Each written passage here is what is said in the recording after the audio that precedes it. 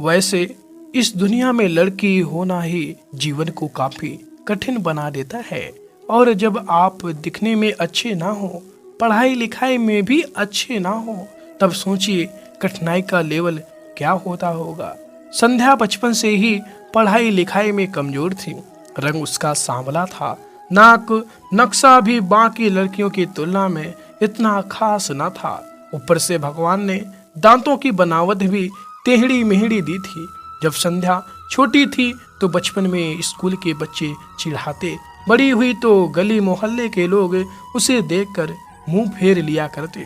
कोई भी उसका दोस्त बनने के लिए तैयार न था। उसके रिश्तेदार भी कुछ खास उसे भाव दिया न करते।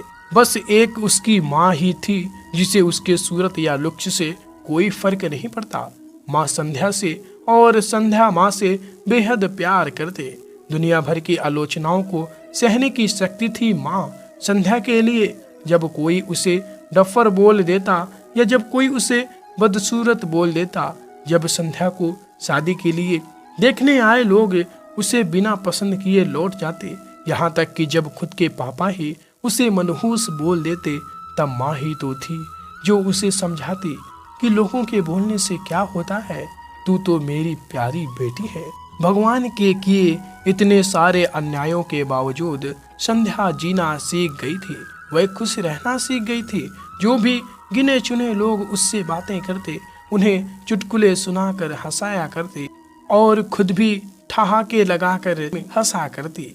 इसके अलावा एक और बहुत बड़ी खूबी थी संध्या की। उसे खाना बनाने में बहुत मजा आता था। और न सिर्फ खाना बनाने में मजा आता था, उसका बनाया खाना खाकर लोगों को जो स्वाद आता था वह उन लोगों को तृप्त कर जाता था।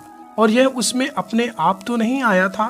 दुनिया के ठुकराए जाने के बाद उसने अपना सारा समय खाने की रेसिपीज की किताबें, रेडियो शोज और टीवी चैनल्स को समर्पित कर दिए थे। संध्या की तारीफ तो कोई भी नहीं करता, लेकिन उसके हाथों के बने खाने की तारीफ वह हर व्यक्ति करता जो उसे चखता। इस एक गुण की वजह से संध्या अपने आजू बाजू की औरतों में फेमस हो गई थी, क्योंकि जिसे भी खाना पकाना सीखना हो या कुछ नया पकवान बनाना सीखना हो तो वह संध्या के पास आती और संध्या भी खुशी खुशी उन्हें सब सिखाती। उसके पास आने वाली औरतें अच्छा खाना बनाना सीख जाती, लेकिन लाख कोशिश करने के बाद भी संध्या के हाथों का वह जादू जो सबको तृप्त कर जाता, वह कोई न सीख पाता। संध्या की जिंदगी इन्हीं उतार चढ़ाव के साथ कट रही थी। एक बार फिर से माँ बाप ने जी तोड़ कोशिश कर एक फैमिली को संध्या को देखने के लिए मना लिया था और अगले दिन लड़का संध्या को देखने आने वाला था। संध्या को इस बात की खबर होने पर वह दुखी और गुस्सा हो गई थी कि बिना उससे पूछे पता नहीं क्यों माँ बाप लड़कों को बुला लेते हैं और उसका मजाक बना देते हैं। माँ ने संध्या को समझाया था कि ऐसा ही होता है, कोई भी बेटी अपने माँ बाप के यहाँ हमेशा नहीं रहती, उसे एक दिन शादी करके जाना ही पड़ता है। अगले दिन संध्या सुबह सुबह ही लड़के वालों के आने से पहले ही सज संवर कर कहीं निकल गई थी। उस दिन लड़के वाले घर आकर माँ बाप को बहुत खरी घोटी सुनाकर गए थे। वैसे भी पापा को संध्या पर हमेशा ही गुस्सा रहता था, लेकिन उसकी इस हरकत ने उनको गुस्से से पागल कर दिया। उस दिन पापा ने संध्या का सारा गुस्सा माँ पर उतार दिया था, यह कहकर कि एक मनहूस बेटी को जन्म देकर भी तुम्हारा मन नहीं भरा था, इसलिए उसको लाड प्यार देकर सर पर बैठा लिया है।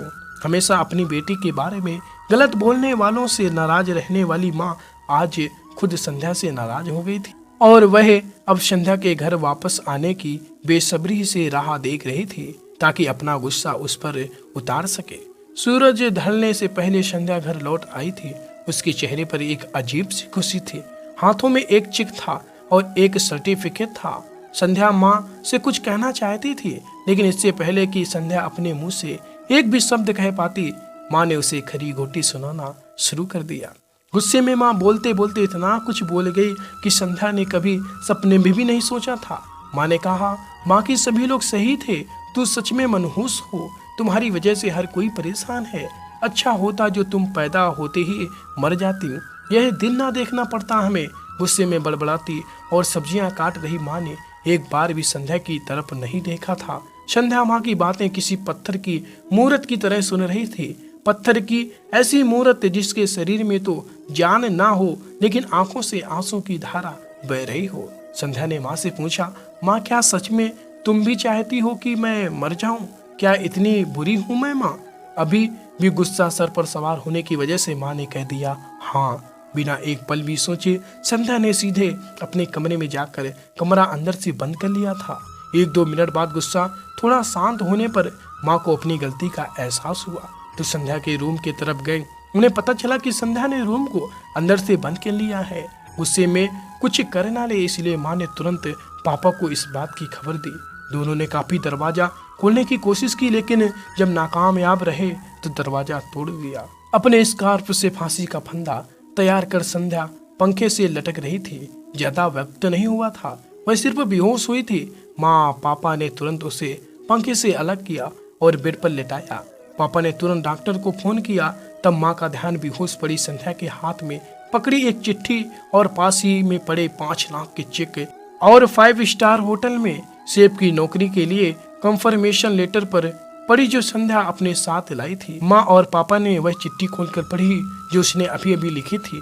चिट्ठी कुछ इस प्रकार से थी, मम्मी और पापा, मैं जानती हूँ मेरे जन्म से लेकर आज के दिन तक मैंने ऐसा कुछ भी नहीं किया है जिस पर आप गर्व कर सके, लेकिन मैं आपको बताना चाहती थी कि आज मैं खाना पकाने के नेशनल लेवल कंपटीशन को जीत चुकी हूँ और यह 5 लाख का चेक मुझे प्रथम स्थान पर आने के लिए मिला था। जजिस को मेरा खाना इतना पसंद आया था कि उन्होंने मुझे एक बहुत बड़े होटल में बतौर मास्टर शेफ की नौकरी के लिए कंफर्मेशन लेटर ही दे दिया था। पूरी दुनिया मेरे खिलाफ है, मुझे इस बात का कभी भी फर्क पड़ा ही नहीं था और ना ही बाबूजी की कड़वी बातें मैंने अपने दिल पर ली थी, क्योंकि मैं जानती थी बाहर से सख्त दिखते मेरे बापूजी अंदर से तो मुझे प्यार बहुत करते थे। प्यार ना करते होते तो बिना मांगे मुझे कपड़े, मिठाइयाँ, पटाखे ये सब ला कर ना देते। माँ के प्यार को कोई क्या बयां कर सकता है। मेरी माँ मेरे लिए मेरी सारी दुनिया थी। जब माँ मेरे साथ होती तो मुझे किसी बात की परवाह ना होती थी। मेरी माँ मेरी थी, इसलिए मुझे किसी और की जरूरत ना थी। मेरी माँ मेरे साथ नहीं है तो मेरी दुनिया मेरे साथ नहीं है, इसलिए मैं आज दुनिया को ही अलविदा कहकर जा रही हूँ। मैं जानती हूँ आपने कभी ना कभी भगवान से यह दुआ जरूर मांगी होगी कि अगले जन्म में मेरी जैसी औलाद ना मिले, लेकिन मैं हमेशा यह प्रार्थना करती थी कि अगले जन्म में तो क्या मेरे हर जन्म में मुझे आप जैसे ही माता पिता मिले, और आज भी यही प्रार्थना करके उसी भगवान के पास जा रही हूँ। चिट्ठी पढ़ते पढ़ते माँ और पापा सर के पांव तक पछतावे के डूब गए थे और बेहोश पड़ी संध्या के सर पर हाथ फेरते हुए फूट फूट कर रो रहे थे। दोस्तों, पूरी कहानी सुनने के लिए धन्यवाद। मैं जानता हूँ यह कहानी आपके दिल को छू गई है। मैं उम्मीद करता हूँ कि अब आप जाने अनजाने में किसी भी व्यक्ति का उसके बाहरी लुक्स की वजह से दिल नहीं दुखाएंगे। ऐसी ही कहानी सुनने के लिए आप चाहें तो इस चैनल को सब्सक्राइब कर सकते हैं। मिलते हैं ऐसे ही एक धमाकेदार कहानी के साथ। धन्यवाद।